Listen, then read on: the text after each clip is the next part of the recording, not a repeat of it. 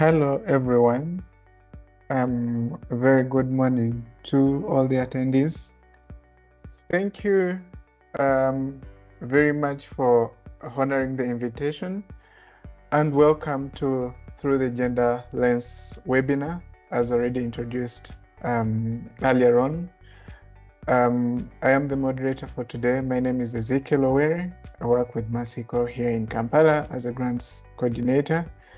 And we'll be going through this webinar with a few of my colleagues. Let me just hand over to David to introduce his other three colleagues, then we can start off. Hello, everyone. Good morning, good afternoon to you all, wherever you are tuning in from.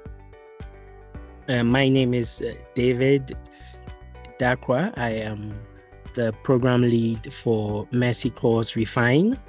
Happy to be with you all here. I think I'm joined by quite a number of my colleagues here. I'll allow them to introduce themselves briefly.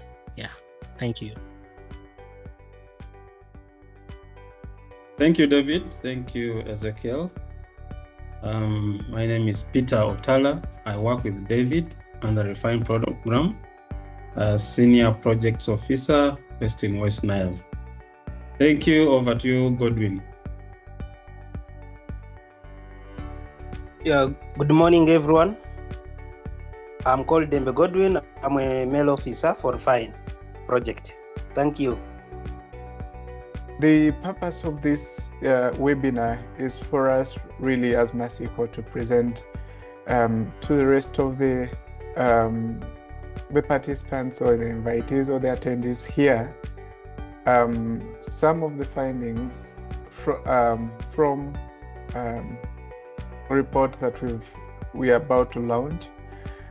So the report will be majorly talking about the misconceptions about delivering financial services and products to refugee women, trying to validate them through the learnings we've got from implementing Refine in the refugee settlements here in Uganda, but also talk about whether gender inclusive finance makes sense. Is there a business case that the practitioners can hinge on and take it forward?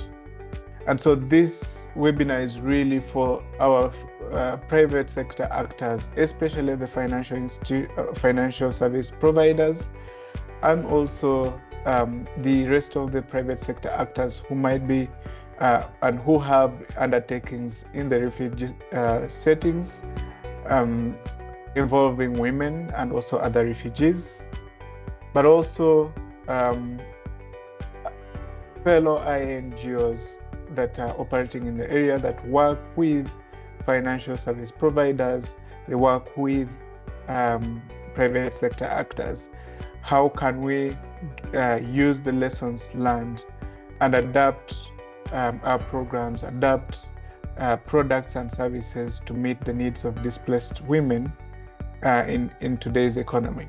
But we will also be talking about what are those specific misconceptions about gender.